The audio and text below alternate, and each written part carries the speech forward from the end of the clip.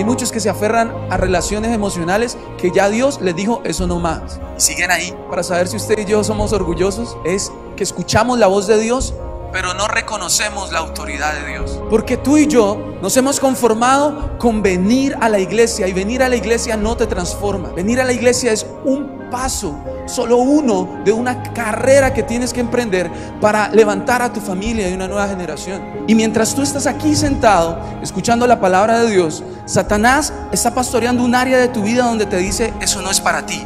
Porque cada vez que usted quiere avanzar y salir de la timidez, se manifiestan las trampas que ha puesto Satanás en el camino para que usted no avance.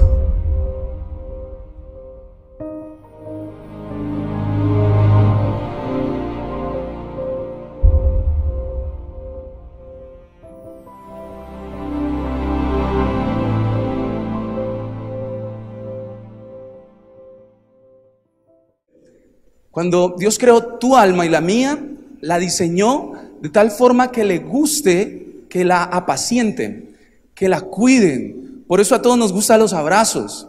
¿Cuántos dicen amén? Por eso a todos nos gusta que nos cuiden, que nos quieran, que nos consientan, que nos apapachen, que nos mimen, ¿sí? A todos nos gusta eso. Porque Dios creó nuestra alma así, para apacentarla, para pastorearla. Por eso en Ezequiel capítulo 34, que usted lo tiene ahí, ahora sí lo puede leer, dice: y vosotras, ovejas mías, dice Dios, ovejas de mi pasto, hombres sois, y yo vuestro Dios, dice Jehová el Señor. Entonces la forma como Dios define al hombre es una oveja, es de tal forma que Dios pueda ser su pastor, ovejas de mi pasto. Y esto es muy importante que lo entendamos porque es un principio espiritual. Cuando por alguna razón abrimos puertas al enemigo para que entre a nuestra vida antes de conocer a Dios o después de conocer a Dios, lo que Satanás busca es ese gusto de tu alma por ser pastoreada. Satanás busca ese gusto y busca pastorearte y pastorear tu alma, porque él sabe que a nosotros nos gusta ser pastoreados. Así que el tema con ese principio espiritual es no solamente cada vez que empezamos a conocer a Dios y avanzar con Dios, Dios busca pastorearnos, pero nuestra alma a veces está en un redil equivocado. No está en el redil de los pastos de Dios como acabamos de leer, sino que está en un redil equivocado. Satanás aprovecha ese principio espiritual para él también querer pastorearnos. Usted va a decir, pero ¿cómo así si yo ya soy cristiano? ¿Cómo así si yo ya soy creyente? Yo no creo que estando en Cristo Satanás pueda pastorearme. Pues hermano, precisamente de eso quiero hablarle, porque en realidad cuando nosotros conocemos a Dios, le entregamos nuestra vida, pero hay áreas de nuestra alma que no se han rendido completamente a Dios y Satanás las sigue apacentando. Cuando uno habla de los pastores, por ejemplo, nosotros tenemos muy buenos pastores, gracias al Señor, ¿sí o no? Y cuando uno habla de un pastor tiene 4 actividades fundamentales que las hace Dios. Un pastor cuida, pero Satanás, en lugar de cuidarnos, nos encierra, nos encarcela, nos hace muros alrededor, no para protegernos, sino para no dejarnos crecer. Un pastor, además de eso, habla verdad, por eso predica la palabra. Pero Satanás, en lugar de hablar la verdad, te empieza a decir mentiras. Y mientras tú estás aquí sentado, escuchando la palabra de Dios, Satanás está pastoreando un área de tu vida donde te dice, eso no es para ti.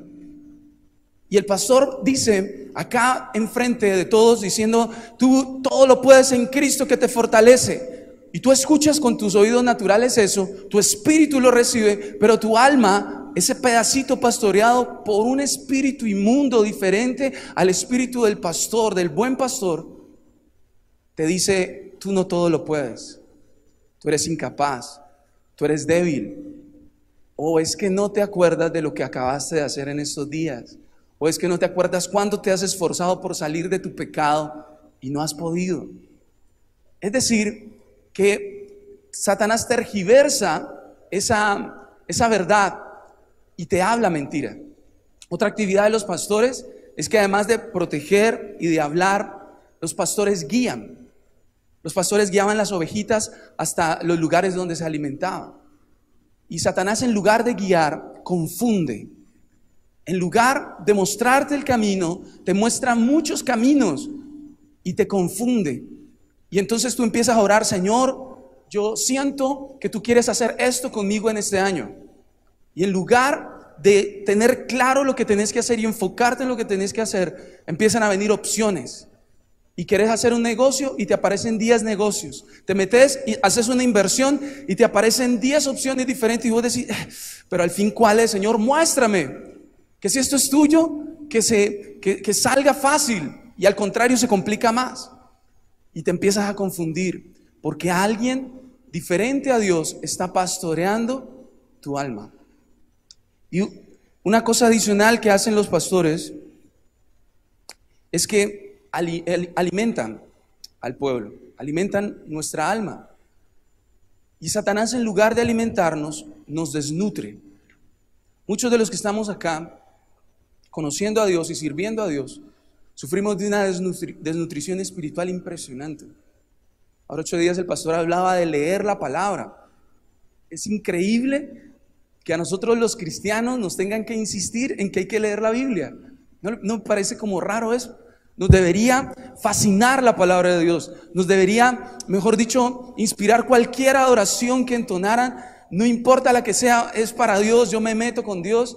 Pero a veces, hay que reconocerlo, nos cuesta trabajo. ¿Por qué? Porque estás luchando con algo que es superior a ti. Nadie puede superar a su pastor. Nadie puede estar por encima de su pastor, porque nuestra naturaleza es ser oveja. ¿Sí me hago entender? Si tu naturaleza y la mía es ser ovejas, no podemos superar al que nos está pastoreando.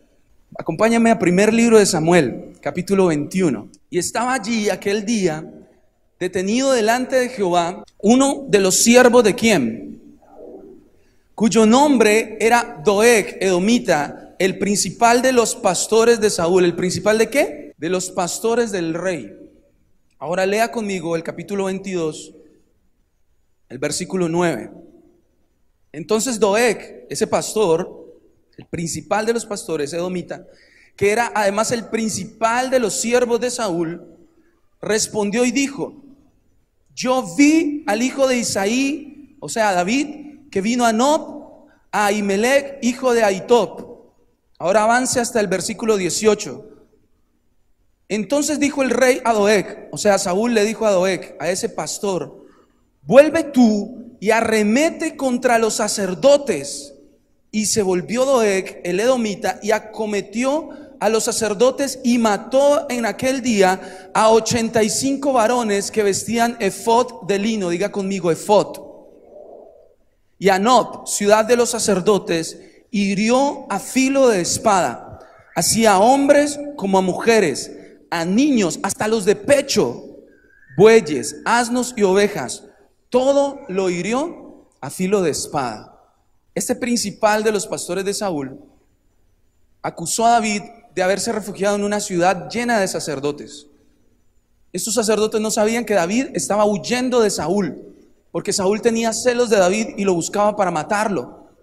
Así que estos sacerdotes, sin saber que David estaba huyendo, le dieron a David pan, le dieron la espada de Goliat y además de eso lo ministraron. Y se fue David. Pero ahí estaba el principal de los pastores de Saúl. Mire, ser pastor en esa época no era algo muy importante. No era como a hoy, que los pastores se visten bien, viven bien por la bendición de Dios. No, en ese tiempo ser pastor era un trabajo. Incluso David era pastor y la gente lo menospreciaba, sus hermanos lo menospreciaban. Ese pastorcito. Pero es increíble que este pastor tuviera tanto poder y autoridad en el reino de Saúl. Cuando Saúl gobernaba, este hombre extranjero, edomita, fue el único que se atrevió a levantar su mano contra los sacerdotes de Dios. Los guardias de Saúl, cuando escucharon la orden de Saúl de matar a los sacerdotes, dijeron: rey, qué pena, pero yo no voy a levantarme contra los sacerdotes. Y ninguno obedeció. Así que Saúl envió a este hombre, Doeg, a matar a los sacerdotes. ¿Sabe qué significa la palabra Doeg? Significa tímido. Y de tímido no tiene nada, ¿no? Porque es un espíritu de timidez en la presencia de Dios. Porque Doeg pastorea el alma de aquellos que no pueden entrar en confianza con Dios. Y empieza a ministrar con timidez. Los sacerdotes no se pudieron defender. Obviamente no son guerreros, son sacerdotes. Pero no mató al sumo sacerdote solamente, que ya era algo gravísimo. Mató 85 sacerdotes. Eso es escandaloso. Eso tenía que haber salido en el cubo. Eso es algo horrible. Pero increíble, Saúl mandó a Doeg a matar a los sacerdotes, y Doeg no mató solo a los sacerdotes, sino a ¿quiénes? A sus familias. Yo te digo algo. Este espíritu quiere acabar con tu familia, quiere acabar con el sacerdocio de tu casa. Este espíritu está pastoreando tu matrimonio. Este espíritu está pastoreando a tus hijos, porque tú has sido tímido en buscar la presencia de Dios. Porque tú y yo nos hemos conformado con venir a la iglesia, y venir a la iglesia no te transforma. Venir a la iglesia es un paso, solo uno de una carrera que tienes que emprender para levantar a tu familia y una nueva generación. Y le voy a hablar de mí para no ofender a nadie. Cuento un poquito de mi testimonio. Yo llevo muchos años de cristiano, pero de todos los años de cristiano que he vivido, yo siempre me preguntaba, ¿por qué no puedo vivir la realidad del evangelio de Dios? ¿Por qué me cuesta tanto? A mí, a mi esposa, a mi hija. ¿Por qué me cuesta tanto a mí? Y a ellas, ¿por qué les cuesta tanto vivir conmigo? Porque les cuesta, pobrecitas. Y esa lucha empezó el año pasado, y en diciembre, en un encuentro de parejas, estábamos orando y tomamos determinaciones radicales en nuestra vida el 6 de diciembre. Y justo en ese momento se manifestó una enfermedad en mi vida. Una enfermedad rara. Ningún médico sabe qué es. Solo por ahí 1 o 2 saben qué es. Pero una enfermedad rarísima. Justo en ese momento se manifestó. ¿Por qué se manifestó? Porque cada vez que usted quiere avanzar y salir de la timidez, se manifiestan las trampas que ha puesto Satanás en el camino para que usted no avance. ¿Está escuchando? Y lo primero que le pedí al Señor fue: Señor, sáname. Porque ¿cuántos creen que Dios sana? Pero Dios no quiere sanar solo el cuerpo. Dios quiere sanar. Tú confortarás mi alma, dice David. Porque Dios quiere pastorear tu alma. Entonces yo le pedí al Señor: sáname. Y Dios, no. Hasta que le pregunté: bueno, Dios, si no me quieres sanar, ¿qué quieres hacer? Entonces Dios me dijo: es que yo no quiero sanarte, yo quiero transformarte. Y cuando Dios me dijo eso, me dejó de importar si Dios me sanaba o no. Me empezó a dejar de importar. Ya ni pedía: Señor, sáname, sino: Señor, transfórmame.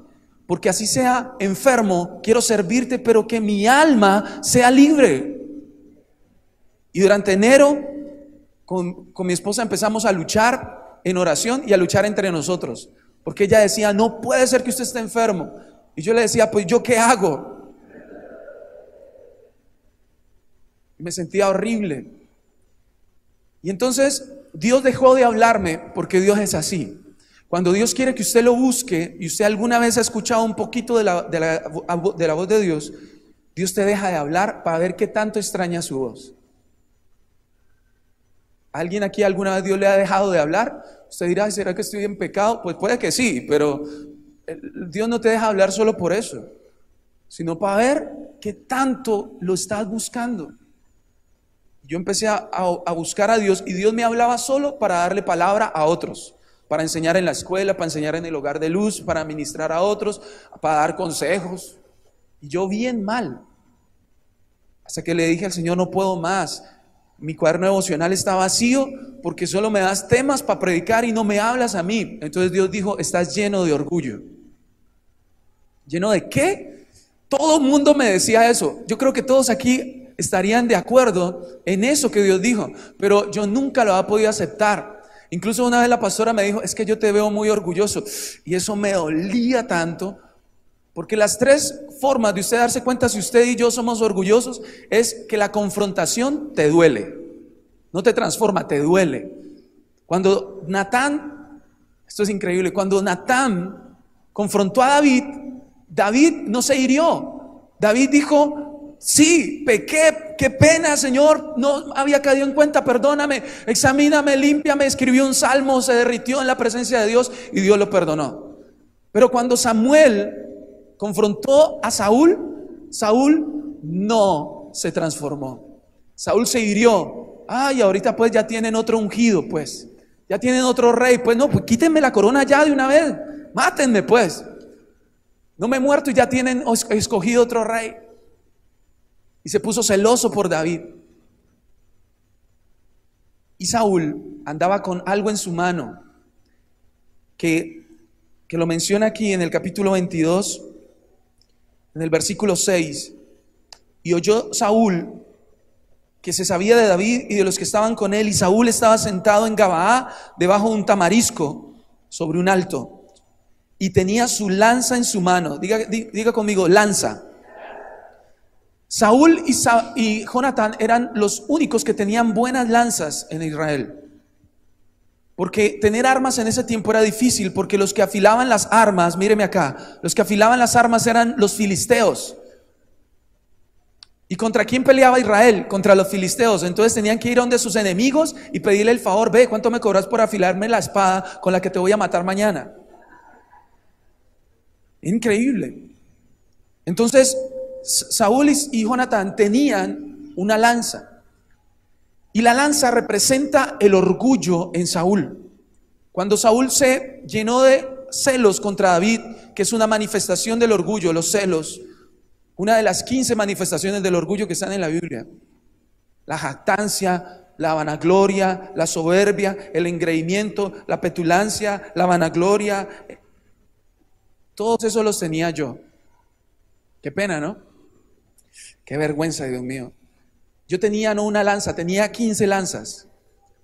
Y Saúl utilizó su lanza para atacar a David. Casi lo mata varias veces con su lanza. Incluso cuando Saúl iba a morir, dice la Biblia que iba apoyado de su lanza. Saúl siempre andaba con su orgullo. Saúl representa el reino del orgullo. Y el reinado del orgullo es lo que le abre la puerta a pastores de inmundicia que entran a tu alma, a tu vida, a tu casa, y que trastornan el propósito de Dios en tu vida. El segundo síntoma para saber si usted y yo somos orgullosos es que escuchamos la voz de Dios, pero no reconocemos la autoridad de Dios. Son dos cosas diferentes. Saúl escuchaba la voz de Dios todo el tiempo a través de Samuel y no obedecía. Hay gente que dice, Señor, yo quiero que tú me hables. Yo escucho a la gente que predica, que dice, y Dios me dijo, y Dios me habló. Yo nunca he sentido eso. Yo quiero que tú me hables. Pues yo quiero decirle hoy, hermano, que Dios te hable no es el problema. El problema es que tú reconozcas la autoridad de la voz que te está hablando. Es diferente. Algo que me sorprendió cuando fuimos al encuentro de alabanza fue que la primera conferencia Dios nos dijo, esta es la última oportunidad que les doy. Y eso sonó como maluco, porque uno invita a un predicador de otra parte y uno dice, por lo menos que me diga cosas buenas, ¿no? Pues uno es el que lo está invitando y uno no va a la casa ajena a decir cosas feas, ¿no? Y Él nos dijo, es la última oportunidad, hay autoridad en eso. Yo quiero decirle de parte del Señor que para muchos de los que están aquí hoy es su última oportunidad de renunciar al orgullo y de bajar la cabeza, de agachar y reconocer, estoy en fornicación, Señor, perdóname, no más esto en mi vida. Y la tercera forma para usted descubrir si usted es un orgulloso o no, ¿sí?, es que me aferro a cosas o a personas que no tienen propósito en Dios. Me aferro a cosas o a personas que no tienen propósito. Cuando Saúl escuchaba la voz de Dios, Dios le decía: acabe con todos sus enemigos, mate hasta el perro. Así le decía Dios: no deje vivos ni los animales. Y Saúl escuchaba la voz de Dios, pero no reconocía su autoridad. Entonces dejaba vivo lo mejor del ganado, lo mejor de no sé qué. Dejó vivo hasta el rey de los enemigos de él. Y cuando Samuel vio eso, dijo: ¿a vos qué te pasa? ¿No escuchaste la orden? Y Saúl explicó que él tenía un plan de adoración y que iba a hacer una feria para vender animales y para recolectar fondos, para ampliar el templo y no sé qué.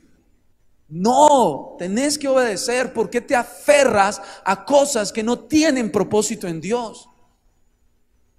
Y usted dirá: yo no he dejado vivo a ningún animal, ¿no? Yo no entiendo eso. Le hablo en español, en caleño, en vallecaucano. Hay muchos que se aferran a relaciones emocionales que ya Dios les dijo: eso no más. Y siguen ahí. Si usted contestó afirmativamente alguna de esas 3 manifestaciones de orgullo, usted y yo tenemos orgullo. Ya. Y si hay orgullo, el reinado del orgullo le ha dado la puerta, la autorización. Así usted sea cristiano. Saúl era ungido por Dios, pero le dio autorización a un pastor para que acabara con el sacerdocio de toda una ciudad.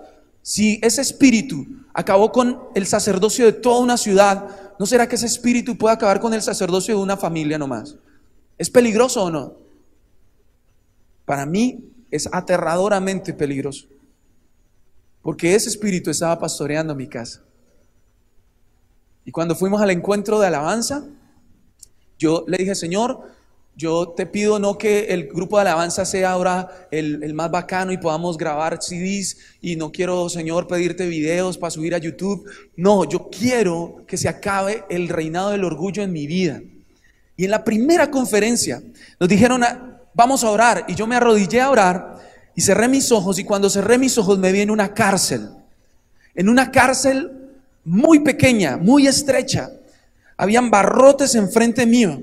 Yo casi que podía respirar el aire pesado, como si estuviera debajo de la tierra, y sentía el olor de agua estancada.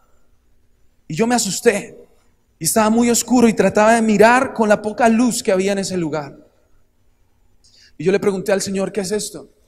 Y Dios me hizo entender que esa era la cárcel del orgullo en mi vida.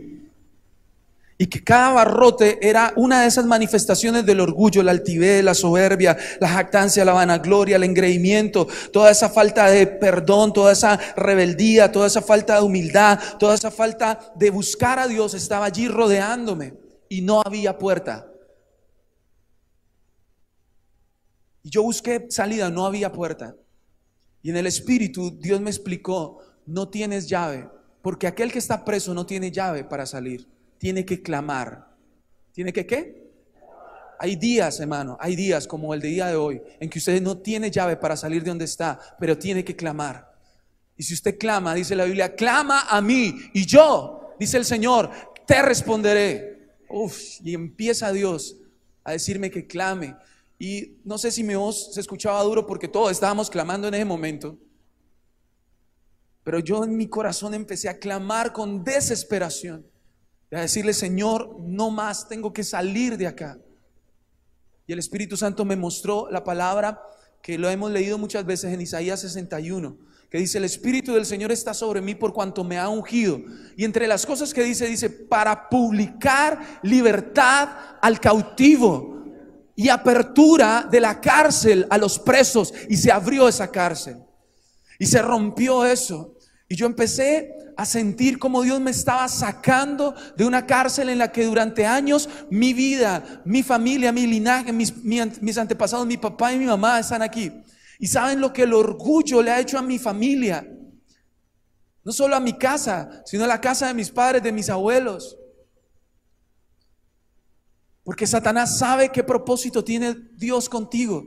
Satanás sabe que Dios quiere pastorear tu alma. Por lo tanto, Satanás pone en tu camino trampas que te alejen del sacerdocio de Dios y que acaben con el propósito de Dios. Y que te quiten el efod que vestías. El efod significa la vestidura sagrada con la que yo ministro a Dios. Y Satanás hace cantidad de artimañas para romperte la ropa espiritual que tú tienes. Yo quiero decirle de parte de Dios, querida iglesia, que hoy muchas cárceles se van a abrir en el nombre de Jesús.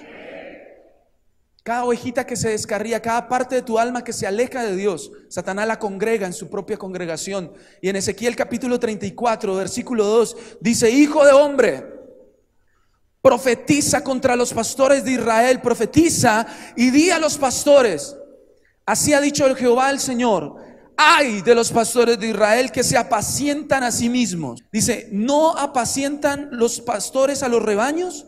3, coméis la grosura. Mire lo que hacen estos pastores, se comen las ovejitas. Usted me entiende que estoy hablando espiritualmente, no estoy hablando de pastores de otras iglesias. A la engordada degolláis, mas no apacentáis las ovejas. Versículo 4, no fortaleciste las débiles. Y oramos y le decimos: Señor, fortaléceme en esta prueba, y no sentí nuevas fuerzas. ¿Sabe por qué? Porque no te está pastoreando Dios. Satanás no fortalece a las débiles, ni cura a las enfermas, ni venda a las perniquebradas. Caes en pecado y no te podés restaurar. ¿Por qué? No volvéis al redil, a la descarriada, ni buscasteis la perdida, sino que os habéis enseñoreado de ellas con dureza y con violencia. Hay personas aquí que son cristianas, pero que reaccionamos con violencia entre muchas cosas. Hay tanta violencia en mi corazón, yo me sorprendía. Y en el encuentro de alabanza, yo le dije: Señor, esto tiene que cambiar. Esto tiene que cambiar. Y Dios me sacó de una cárcel y me cambió de pastor. Y me dijo: yo soy tu pastor y nada me faltará. Cuando el Salmo 23 dice: y nada te faltará, usted no rebaje el nivel de ese salmo. Usted lo rebaja de nivel cuando usted cree que la Biblia dice: nada me faltará, hablando de que nada le faltará en la nevera, nada le faltará en la alacena, nada le faltará en la cuenta bancaria, nada le faltará en el bolsillo. No lo baje de nivel. David está hablando: Jehová es mi pastor, nada me faltará. Junto a aguas de reposo me paz. Está hablando de un lugar espiritual. Por eso dice: confortará mi alma. Cuando David habla de delicados pastos, David no está diciendo que él va a salir corriendo por un prado, en una campiña, a tirarse en el pasto, a revolcarse con su corona y hoy estos son los delicados pastos. No. David está hablando de un lugar del espíritu, donde el pastor Dios te saca de ese lugar donde eras atormentado y lleva tu alma a confortarla. ¿Hace cuánto su alma no siente estar abrazada? ¿Sabe? Dios no tiene que ministrarte, sino abrazarte a veces. Hay hombres aquí que su sacerdocio se ha perdido porque hace rato que no están junto a aguas de reposo. Viven en ríos rápidos, revueltos. Y Dios no pastorea. Escuche esto: Dios no pastorea en medio de la corriente caudalosa. Dios pastorea en aguas ¿de qué? De reposo. Elías vio un viento fuerte, vio fuego, vio una tormenta, algo horrible, estruendo, y ahí no estaba Dios. Pero luego escuchó un silbo apacible. Y entonces él salió y Dios le habló. Tu alma necesita ser pastoreada. Jesús es el buen pastor. Y Jesús explicó: el ladrón no entra por la puerta. El ladrón se salta a la cerca y se roba la oveja.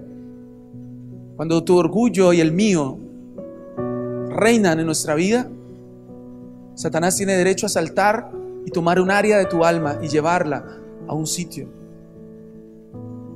Hay jóvenes aquí que tienen más amigos por Facebook que en la vida real, porque Satanás te tiene en un lugar, tiene tu alma en un lugar donde no puedes socializar, donde sientes que todos te van a decepcionar. Hay personas aquí que tienen su alma en un lugar donde se repite la película de el evento que te hizo daño y no lo puedes olvidar. De la persona que te gritó, que te maltrató, que te abusó, que te hizo algún daño, y tu alma todo el tiempo ve esa película, no ve ni propagandas, ve todo el tiempo esa película, y tú tratas de servir a Dios, pero tu alma por dentro sufre. Cuando Simón el mago quiso comprar la unción, Pedro le dijo: ¿cómo te ocurre? veo que estás en prisiones de maldad. Inmediatamente Pedro discernió el lugar en donde ese hombre estaba. Tenía su alma en una prisión de maldad y por eso quería comprar la unción. Este espíritu que pastoreaba, que era el principal de los pastores de Saúl, acabó con la familia, acabó con sus bienes, con sus pertenencias. Mire, esto es tenaz. David profetizó contra este espíritu. Vaya al Salmo 52 conmigo, Salmo 52. Dice en el versículo 1: ¿por qué te jactas de maldad, oh poderoso? ¿A quién le está hablando David? A un espíritu inmundo que tiene mucho poder, pero que está basado en la jactancia. ¿Sabe qué es jactarse? En caleño, si esto fuera una traducción caleña de la Biblia, diría: ¿por qué sos tan picado? ¿De qué te las das? ¿De qué te las picas? Es un espíritu de orgullo. Y lea conmigo el versículo número 5. Por tanto, Dios te destruirá para siempre. Y yo quiero que lo lea conmigo. Versículo 5. Por tanto, Dios te destruirá para siempre. Te asolará y te arrancará de tu morada y te desarraigará de la tierra de los vivientes. ¿Cuántos dicen amén? Te desarraigará, te sacará de raíz. Esa fue la instrucción que dejó David. Hoy vamos a sacar de su morada a estos pastores de inmundicia. Eso con lo que habías estado luchando de pronto en tus fuerzas, hoy se tiene que ir en el nombre de Jesús. Y por eso, para prepararnos para ese tiempo de oración que vamos a tener, yo quiero darle más instrucciones de parte de Dios, como hace David aquí. Saúl tenía una espada que representaba ¿qué cosa? ¿Qué representaba? Trate de no moverse nadie, por favor. Su orgullo. ¿Sabe cuál fue la última arma que hirió el cuerpo de Jesús? Se nota que vieron hartas películas ahorita en Semana Santa. La última arma que hirió el costado de Jesús fue una lanza. Y cuando esa lanza atravesó su costado, salieron dos cosas. ¿Qué salió? Agua. ¿Y qué más? La sangre, todos sabemos que es para salvación. Es decir, que por la sangre de Cristo, si yo muero hoy, voy para el cielo. Pero el agua no es para salvación, es para redención. ¿Qué significa? Que aunque yo no muera hoy, mientras estoy en la tierra, el agua de Dios hace que el cielo descienda a la tierra y yo pueda vivir la salvación, el cielo, el reinado de Dios que se vive en el cielo, lo pueda vivir hoy desde la tierra de los vivientes. Esa es la redención. ¿Cuántos dicen amén? Póngase de pie. Vamos a orar.